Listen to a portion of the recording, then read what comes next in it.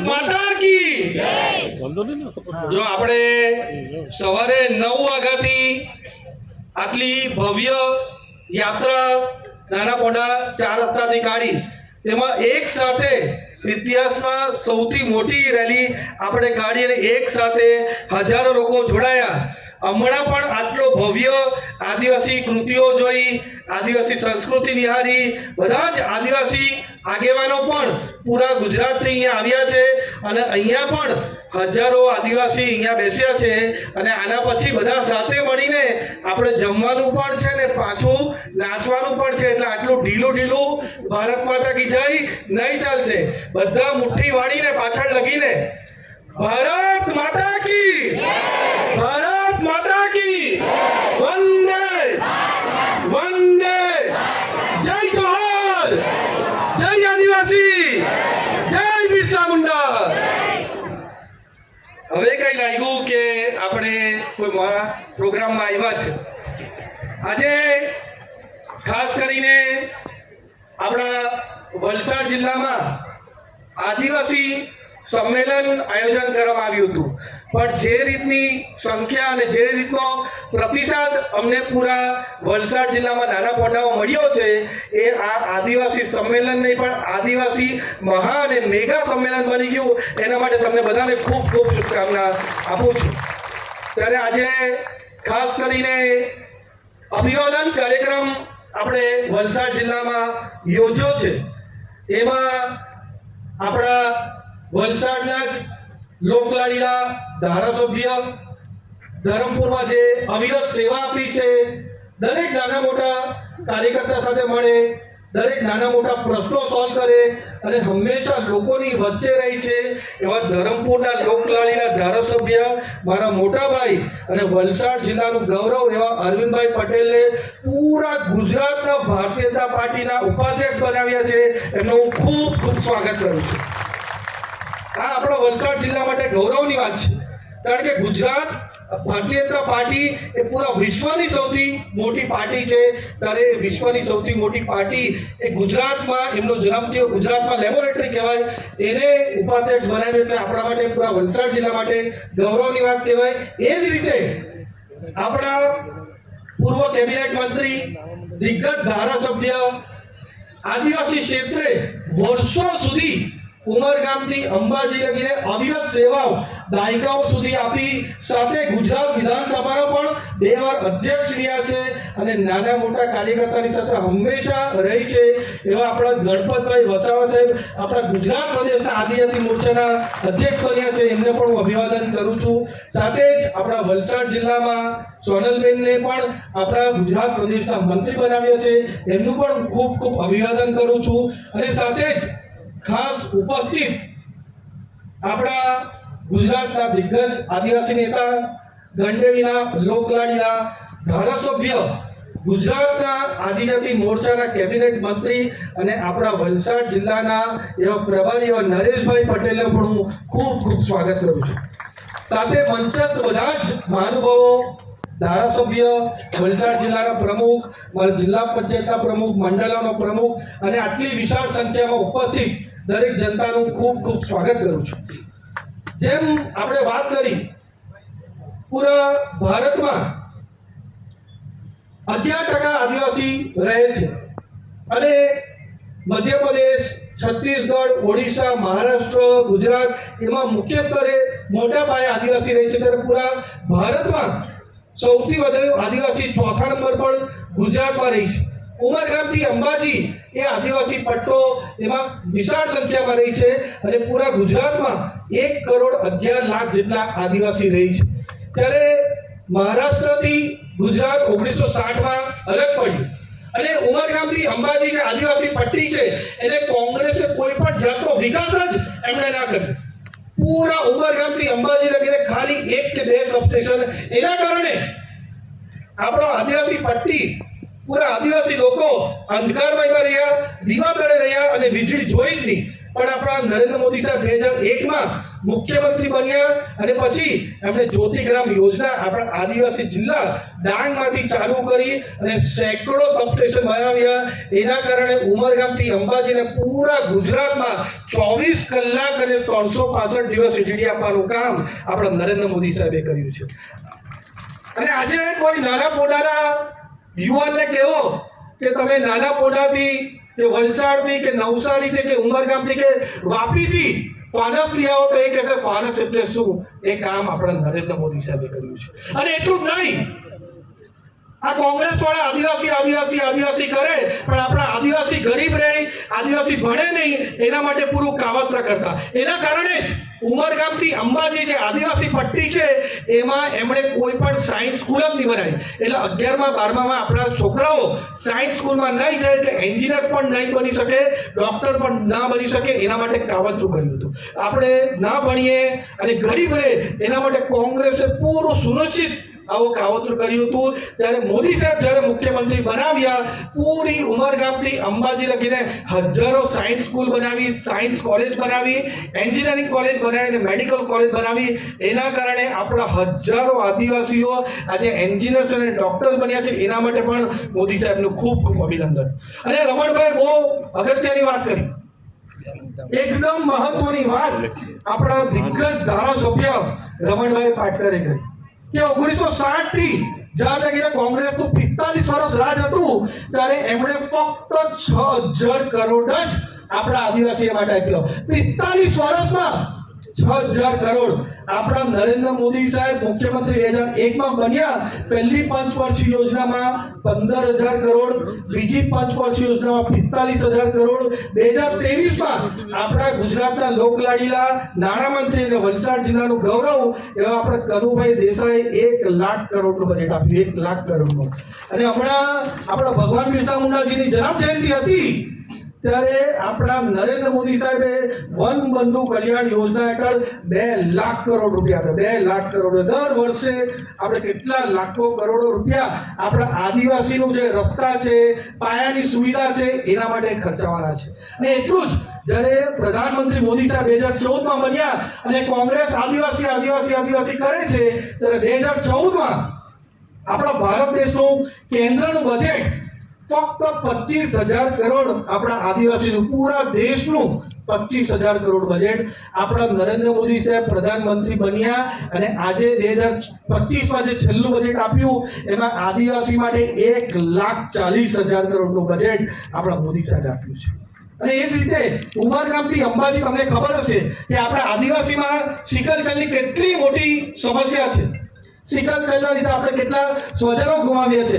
મેં પણ મારો મોટો ભાઈ આ સિકલ સેલમાં ગુમાવ્યો છે. પણ કોંગ્રેસ જે આદિવાસી આદિવાસી કરે છે એ કોઈ દિવસ સિકલ સેલ માટે કામ ના કર્યું. આપણે મોદી સાહેબ જ્યારથી મુખ્યમંત્રી હતા ત્યારથી જ એમણે આદિવાસીઓ માટે કામ કર્યું, આપણે સિકલ સેલ માટે કામ કર્યું. હમણાં 2023માં આપણા નરેન્દ્ર મોદી સાહેબે 15000 કરોડ આપ્યા અને 7 કરોડ લોકોનું સિકલ સેલનું સ્ક્રીનિંગ કરાવવાની જાહેરાત કરી અને 6 કરોડ લોકોના સ્ક્રીનિંગ થઈ ગયા અને આપણા આદિવાસીઓની જાન બચાવી. એટલે આપણા મોદી સાહેબ માટે ખૂબ ખૂબ તાળી વગાડીને એમનું સ્વાગત કર્યું. અને એ જ રીતે આપણા આદિવાસીઓમાં પણ સૌથી પછાત આપણું આદિમ જૂથ રહી ગયું. એના માટે પણ કોંગ્રેસે કોઈ દિવસ યોજના નહીં બનાવ્યા હતા. આપણે કપરાડામાં પણ કોટવાડિયા સૌથી વધારે આદિમ જૂથના લોકો આપણે કપરાડામાં રહી છે. એના માટે કોંગ્રેસની સરકારે કોઈ દિવસ યોજના ના બનાવી હતી.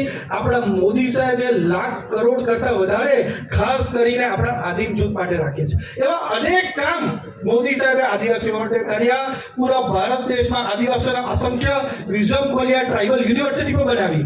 અને જ્યારે કોંગ્રેસની સરકાર આવે ત્યારે મુખ્યમંત્રી હોય, પ્રધાનમંત્રી હોય કે રાષ્ટ્રપતિ હોય એમાં ફક્ત ને ફક્ત ગાંધી પરિવારના લોકો કે ગાંધી પરિવારના નિયુક્ત લોકો જ મુખ્યમંત્રી, પ્રધાનમંત્રી કે રાષ્ટ્રપતિ બનાવે છે. જ્યારે એમની સરકાર આવે એ આપણા પ્રધાનમંત્રી નરેન્દ્ર મોદી સાહેબ છે જેમણે આપણી આદિવાસી સમાજમાંથી આવતી મહિલા દ્રૌપદી મુર્મુજીને રાષ્ટ્રપતિની ચૂંટણી લડાવી અને જીતાવી. એક કામ કોઈ કર્યું તો આપણા મોદી સાહેબે કર્યું છે. અને એટલું નહીં, આપણા આઝાદી માટે પણ દરેક સમાજના લોકોએ, દરેક વિસ્તારના લોકોએ જ્યારે પોતાની પ્રાણની આહુતિ આપી, અંગ્રેજોના ખિલાફ લડત આપી, મુગલોના ખિલાફ લડત આપી, ત્યારે આપણને આઝાદી મળી હતી. પણ આપણે ઇતિહાસના પાનામાં ફક્ત એક જ પરિવારે આઝાદી અપાવી એવી વાત કરી છે. આપણા આઝાદીમાં સૌથી વધારે યોગદાન કોઈ સમાજે આપ્યું હોય તો આપણા આદિવાસી સમાજે આપ્યું છે. ચાહે તાત્યામામા ભીલ હોય, રાણી દુર્ગાવતી હોય, રાણી ગોંદ હોય, રાણી બેન્દુલી હોય, કે પછી તિલકા માંજી હોય, કે પછી આપણા કેરળના તલક્કર ચંદુ હોય, એવા હજારો આદિવાસીએ જ્યારે પ્રાણની આહુતિ આપી ત્યારે આપણા આદિવાસીઓને આપણા ભારત દેશને આઝાદી મળી. એ જ રીતે માનગઢમાં પણ હજારો આદિવાસીઓ મારી નાખ્યા હતા. એનું ઇતિહાસમાં કશે નામું નિશાન નહીં હતું. ને એમાં પણ આદિવાસી સમાજના સૌથી મોટા આઇકોન, સૌથી મોટા યોદ્ધા, સૌથી મોટા મસીહા એવા ભગવાન બિરસા મુંડા, જે 25 વર્ષની ઉંમરમાં જ ઉલગુલાન કરીને અંગ્રેજોની હુકુમત હરાઈ કાઢી હતી, પણ એનો પણ કોંગ્રેસે ઇતિહાસમાં કશે નામો નિશાન નહીં આપ્યું હતું. એ આપણા નરેન્દ્ર મોદી સાહેબ છે, જેમણે 2021 ની અંદર આપણા ભગવાન બિરસા મુંડાજીનો જે જન્મદિવસ છે 15મી નવેમ્બર, એને જનજાતિ ગૌરવ દિવસ તરીકે ડિક્લેર કરવાનું કામ કોઈ કર્યું હોય તો આપણા નરેન્દ્ર મોદી સાહેબે કર્યું છે. અને આ વર્ષ તો એકદમ ખાસ 2025માં આપણા ભગવાન બિરસા મુંડાજીનો 150મી જન્મ જયંતિનો વર્ષ છે, ત્યારે પૂરું વર્ષ જનજાતિ ગૌરવ વર્ષ તરીકે ડિક્લેર કરવાનું કામ આપણા મોદી સાહેબે કર્યું. એટલે મેં તમને ગણાવ્યું કે આપણા મોદી સાહેબે આદિવાસી માટે કેટલું કર્યું. અને કોંગ્રેસે ફક્ત બહાના બહાના બહાના ને બહાના, એ કપરાડામાં પણ, દાડાપણામાં પણ જાત જાતના બધા વિપક્ષના લોકો આવશે અને આદિવાસીઓને ગેરમાર્ગે દોરવાનો પૂરો પ્રયાસ કરશે કે ભારતીય જનતા પાર્ટી તમારું આદિવાસીનું આરક્ષણ લઈ લેશે, આદિવાસીનો રાઈટ લઈ લેશે, આદિવાસીનો હક લઈ લેશે. તમને પુરાવા સાથે, દાખલા સાથે હું બતાવું કે ભારતીય જનતા પાર્ટી આરક્ષણ આપવાવાળી પાર્ટી છે અને કોંગ્રેસ ને દિલ્હીથી આવેલી અન્ય પક્ષ એ આદિવાસીઓનું આરક્ષણ લેવા માંગે છે. તમને દાખલા સાથે ગણાવું. રાહુલ ગાંધી અમેરિકા ગયા ત્યારે એમણે એમ કહ્યું કે અમારી સરકાર આવે તો અમે આદિવાસી, એસસી અને ઓબીસી નું આરક્ષણ લઈ લઈશું. એ રાહુલ ગાંધીએ ઓન રેકોર્ડ બયાન કર્યું. એટલું જ નહીં, રાજીવ ગાંધીએ તો એમ કીધું કે આરક્ષણ આપણે આપવું જ નહીં. જે આ તો મન બુદ્ધિ લોકો છે, આપણા આદિવાસી સમાજને, એસસી અને ઓબીસી ને આ રાજીવ ગાંધી, રાહુલ ગાંધીના પિતાશ્રીએ મન બુદ્ધિ કહ્યું કે આ લોકોને આરક્ષણ નહીં આપવું જોઈએ. અને નહેરુજી, પંડિતલાલ નહેરુએ તો ઓન રેકોર્ડ લખીને કીધું કે કોઈ જાતનું આરક્ષણ ના મળવું જોઈએ. આ કોંગ્રેસ પાર્ટીની કૃત્ય છે.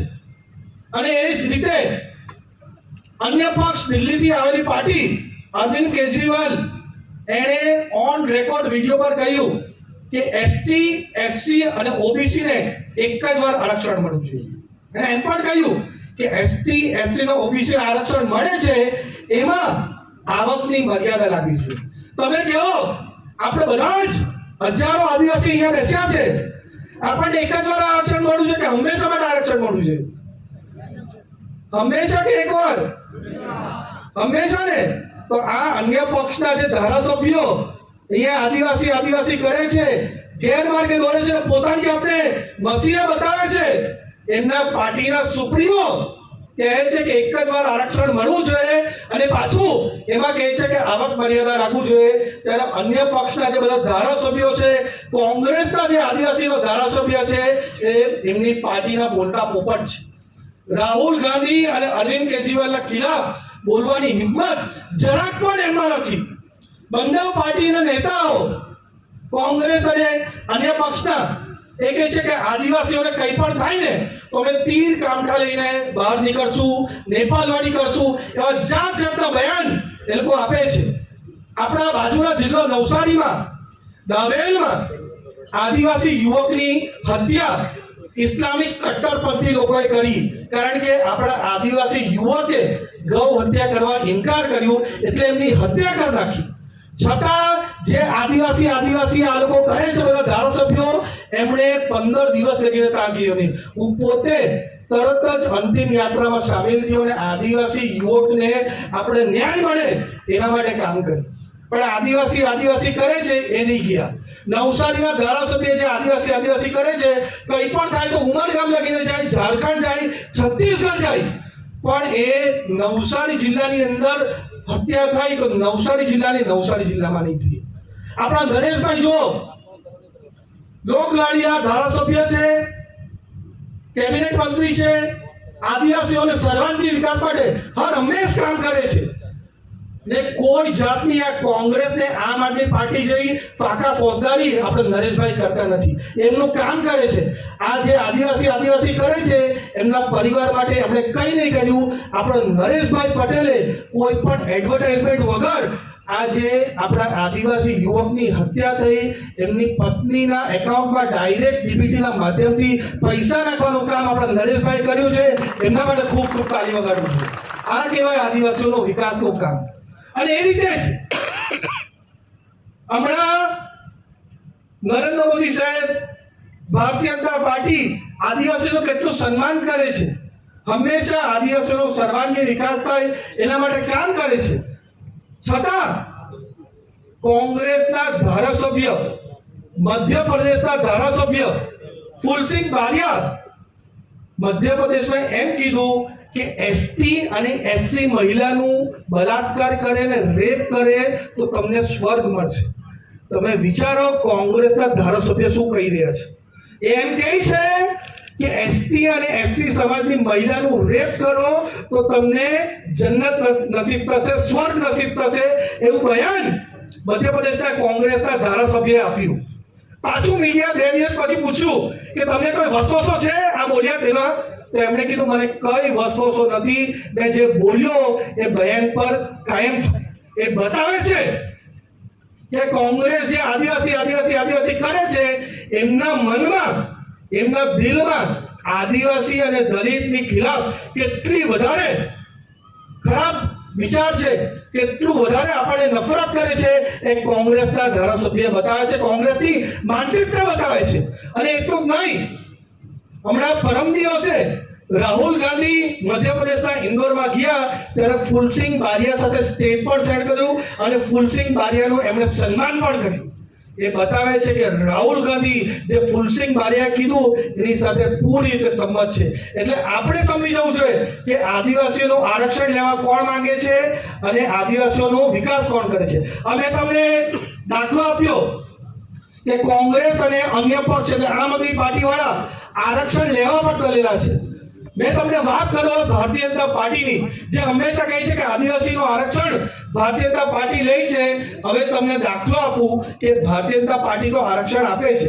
આપણું કાશ્મીર જે આપણું ભારતનું દિલ છે, હૃદય છે, ત્યાં કલમ 370 લાગેલી હતી. 2019 લગીને કોંગ્રેસ અને જવાહરલાલ નહેરુએ ત્યાં કલમ 370 લગાવી હતી. એના કારણે ત્યાં એસટી, એસસી અને ઓબીસી ને આરક્ષણ નહીં મળ્યું હતું.